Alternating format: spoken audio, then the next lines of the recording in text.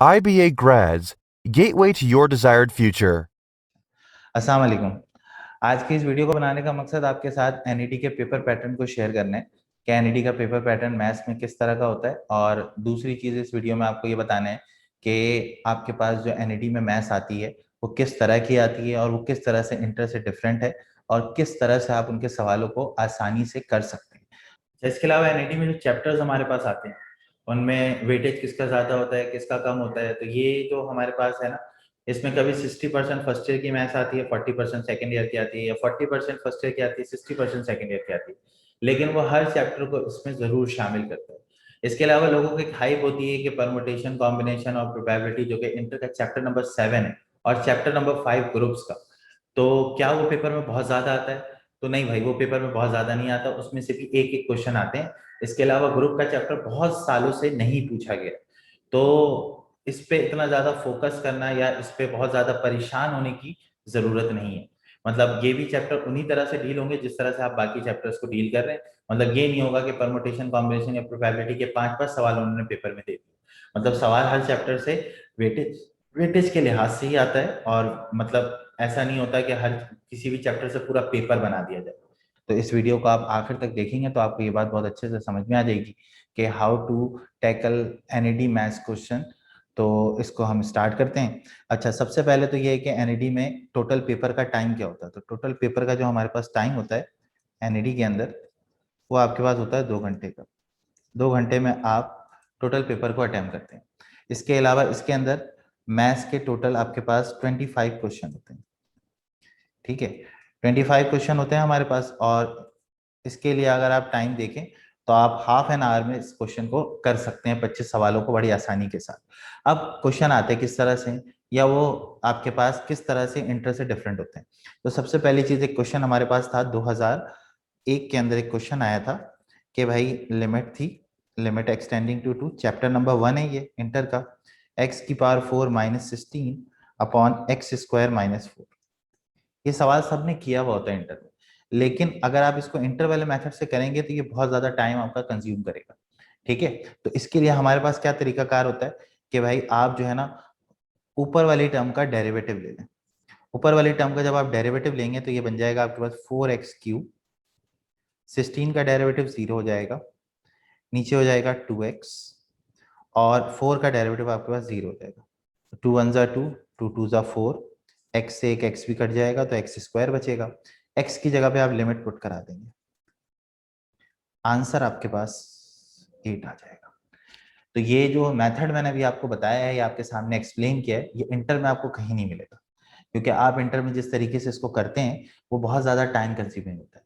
तो ये तो आपको एक मैंने पहला सवाल कराया कि देखिए इस तरह का क्वेश्चन आपको एनईडी में मिलेगा, और ये आया हुआ है 2001 का क्वेश्चन है ये। ठीक है, तो नेक्स्ट हमारे पास जो है वो अगला क्वेश्चन, आप देखें कि अगला क्वेश्चन हम किस तरह से आपको डील करना सिखा रहे हैं।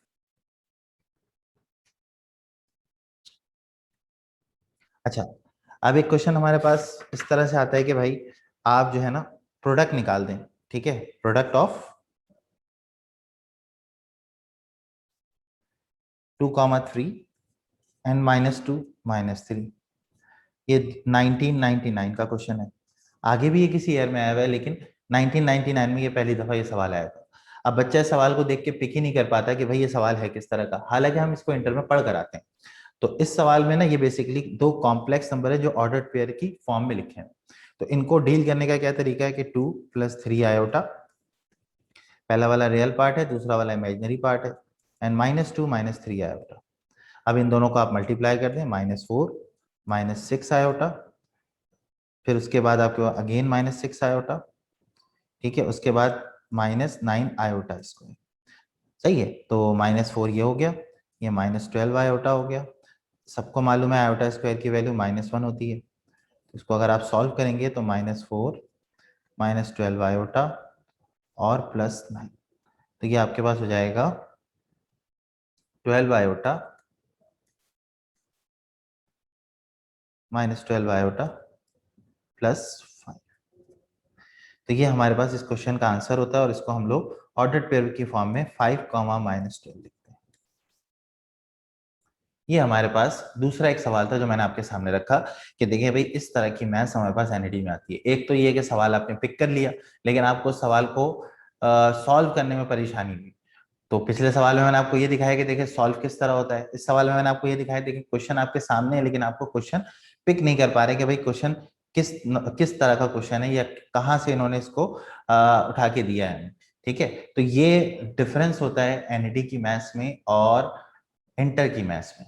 इंटर की मैथ्स जो है वो कॉमनली हम जो पढ़ रहे होते हैं वो पढ़ तो लेते हैं हम, लेकिन पढ़ने के बाद उसमें डिफ्रेंसिएशन करना और उसको समझना कि भाई वो एनईटी में आपको किस तरह से पूछेगा, ये हमारे लिए थोड़ी सी मुश्किल बात हो जाती है। तो इस वीडियो में हम आगे भी एक आध सवाल मैं आपको और करा रहा हूँ कि उसमें देखें आप कि किस तरह से हम जो है ना चीजों को डील करना सीखते हैं। ठीक है, इसी तरह से एक सवाल हमारे पास आया था 2002 में।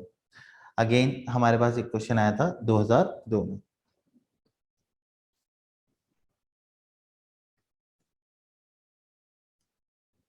2002 में एक क्वेश्चन उन्होंने दिया था कि एन टर्म ऑफ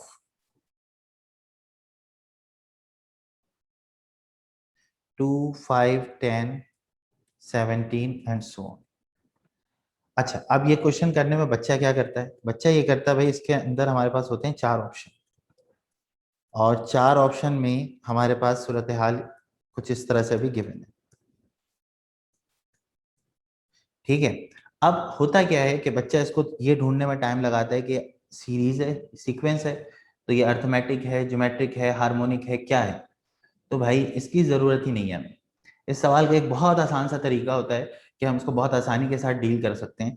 आपने सबसे पहले क्या करना है, एक ऑप्शन उठाना है यहाँ से। ए ऑप्शन हमने कंसिडर किया, तो कंसिडर जब हम ए को कर रहे हैं n+1, तो n की जगह पे आप पहले रख दें 1। अगर आप 1 रखेंगे तो 1+1 2 आ जाएगा, और ये 2 जो है वो आपके डेटा से मैच भी कर रहा है। लेकिन जल्दबाजी हमें नहीं करनी है, हम अगला ऑप्शन फिर रखेंगे, n की जगह अब हम रखेंगे 2, तो ये हो गया 3। अब आप देखें 2 तो मैच हो रहा है लेकिन 3 मैच नहीं हो रहा। इसका मतलब ये ऑप्शन हमारा आंसर नहीं हो सकता, क्योंकि अगर 2 आया है तो अगला इस ऑप्शन से 5 आना चाहिए। तो अगला ऑप्शन है 3n+1। अब अगर मैं इसमें n की जगह पे 1 रखूंगा तो 3 1 3+1, यानी कि आंसर इज 4, जो कि पहली सूरत में गलत हो गया। इसका मतलब बी ऑप्शन भी आपका आंसर नहीं हो सकता। देन सी, n² + 1। अब अगर मैं आपको दिखाऊं तो देखें आप n की जगह पे 1 रखा हमने, 1 का स्क्वायर प्लस 1 यानी कि 2 आंसर, यानी कि मैच हो रही, पहली टर्म तो मैच हो रही है हमारे पास। n की जगह में 2 रखेंगे तो 2 का स्क्वायर प्लस 1, आंसर इज 5। अब ये 5 भी मैच हो रहा है। एक टर्म और चेक कर लेते हैं हम लोग, 3 का स्क्वायर प्लस 1 देन 10, यानी कि तीनों की तीनों टर्म्स आपके पास मैच हो रही है।